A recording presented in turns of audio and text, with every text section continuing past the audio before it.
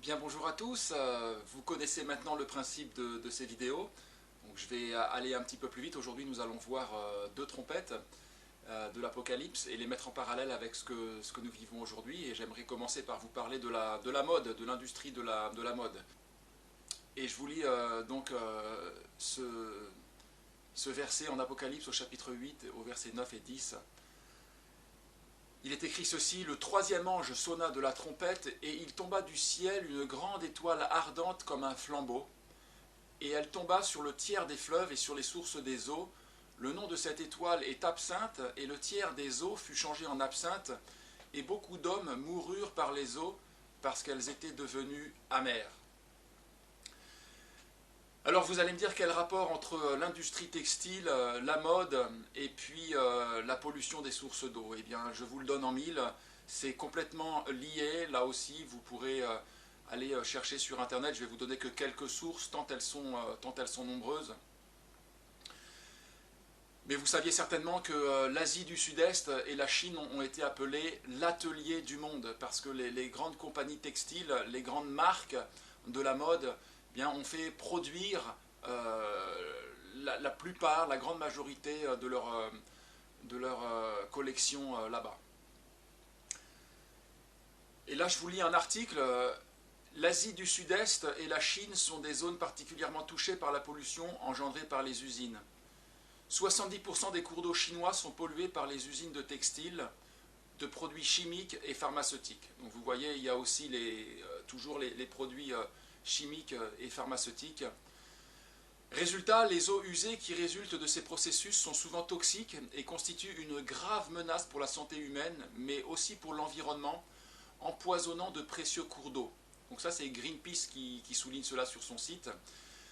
Et il est précisé que la consommation de cette eau par la moitié des Chinois, soit 600 millions de personnes, entraîne maladies, problèmes de fertilité et autres atrocités du fait de l'utilisation de métaux lourds pour la teinture notamment. Et oui, on fait produire là-bas parce que la main-d'œuvre est moins chère, parce que les normes sont moins drastiques.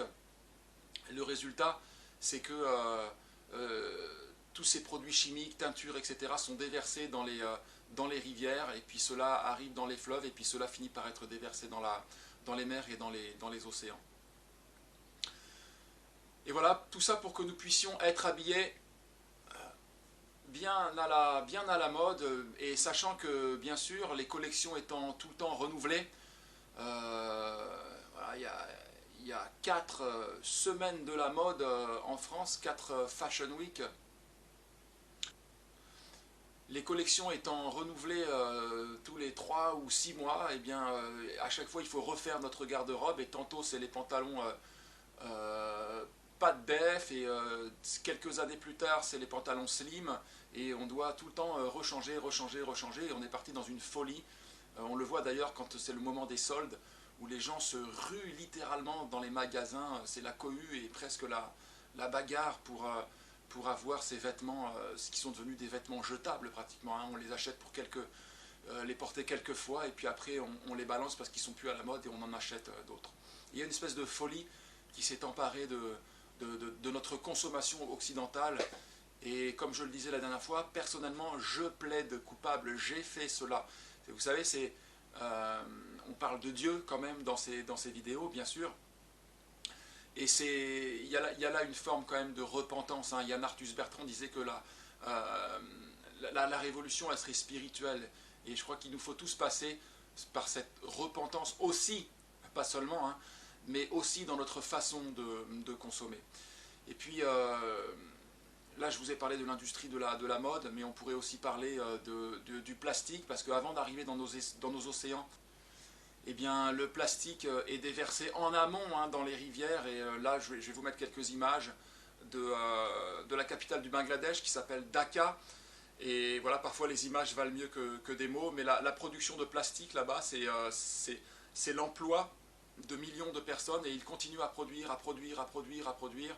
Et je vais vous mettre un lien pour un reportage là, qui s'intitule Dhaka, l'enfer du plastique. Alors on pourrait se dire, bah oui, mais tout cela c'est au bout du monde, mais le texte d'aujourd'hui nous parle de cette comme une grande étoile ardente, comme un flambeau qui est tombé sur le tiers des fleuves, des sources d'eau, et le nom de cette étoile est absinthe. Dans l'absinthe, il y a cette notion de toxicité. Eh bien, plus proche de nous, hein, en France, l'homme est aussi responsable de la pollution des rivières françaises. Je vous lis ici un article de l'association Robin des Bois. Donc déjà, il faut savoir que il y a divers organismes, hein, qui nous alarment au sujet des pollutions des rivières en France. Il y a plus de 90% des rivières en France qui seraient polluées. Et voilà un article de Futura Science qui cite l'association Robin des Bois. Chaque année, plus de 60 000 tonnes d'hydrocarbures sont déversées dans les rivières de France.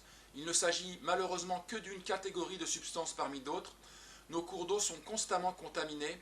En cause, l'agriculture intensive et industrielle, herbicides, insecticides, pesticides, ça nous en parlions dans la vidéo sur le tiers de la terre qui est brûlée.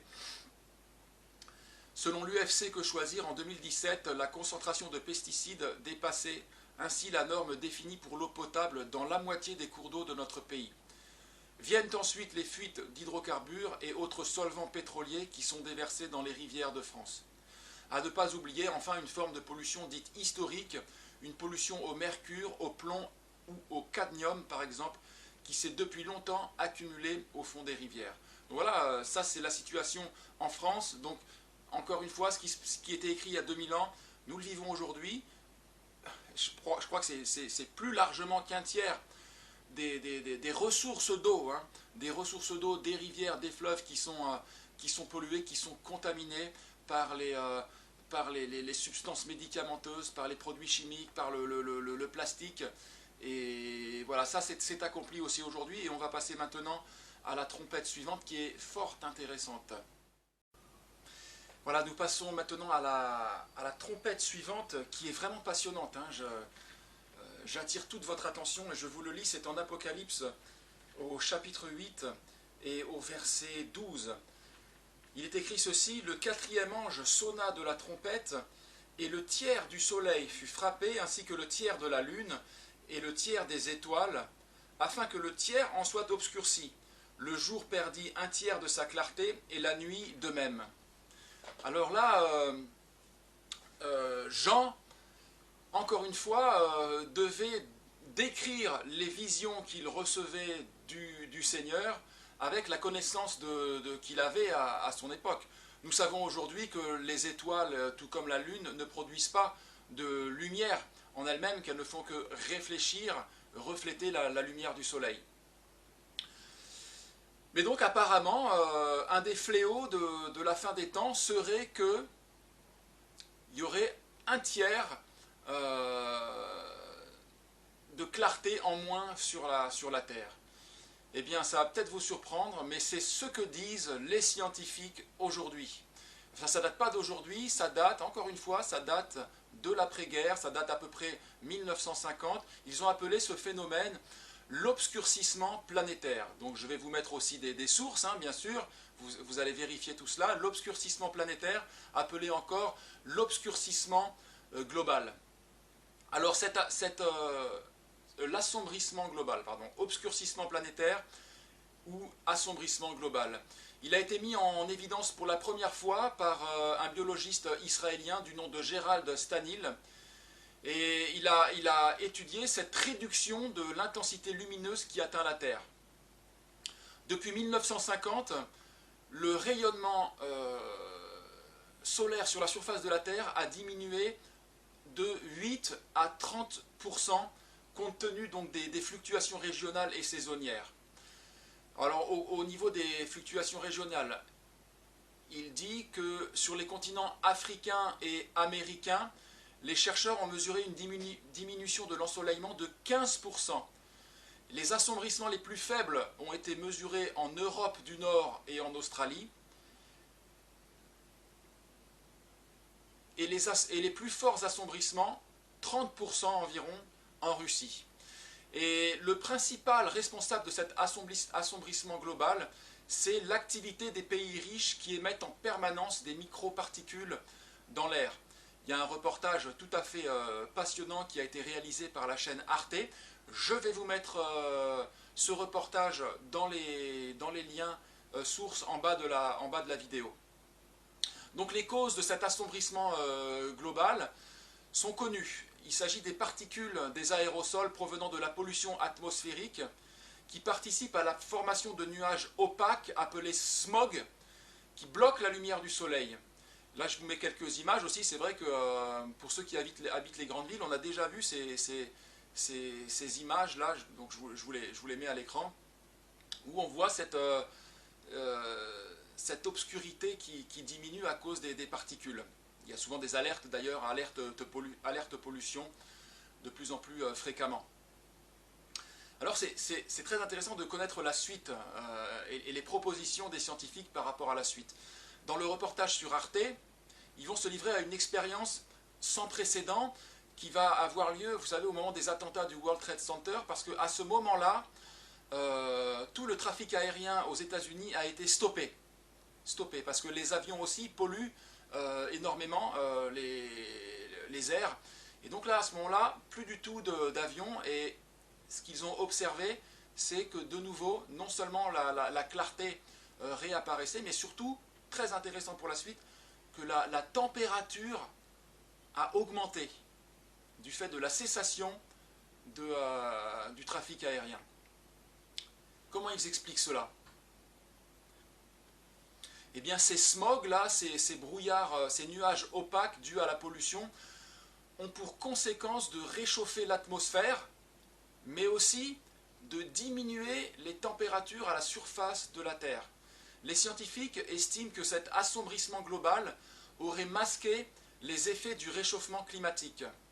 Et on peut le comprendre facilement. En fait, il y a un véritable réchauffement climatique, mais cette pollution-là, quelque part, eh bien, elle nous protège du réchauffement climatique. Et donc les scientifiques disent que cela nous met face à un véritable problème, puisque réduire nos émissions d'aérosols nous mettrait face à l'impact réel du réchauffement climatique et du changement climatique. Et là où ça diminue particulièrement actuellement, c'est dans l'Europe. Voilà, c'est en Europe, et je vous lis là les notes d'un certain Kei-Sun Wang de l'université de Maryland aux États-Unis, qui explique cette variation du taux d'ensoleillement, c'est ce que je vous disais, par la pollution due à l'industrialisation.